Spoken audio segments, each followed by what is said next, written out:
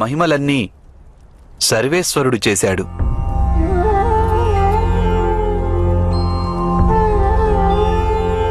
మన సమాజంలో వ్యాపించిన అధర్మాన్ని నాశనం చేసి ధర్మాన్ని స్థాపించాలనే కోరిక ప్రతి మనిషి హృదయంలోనూ జన్మించినప్పుడు పాపము ఎప్పుడు తన అవధులు దాటిపోతుందో అప్పుడు ధర్మాన్ని రక్షించడం కోసం సర్వేశ్వరుడు మహిమలు చేస్తూనే ఉంటాడు వత్సా.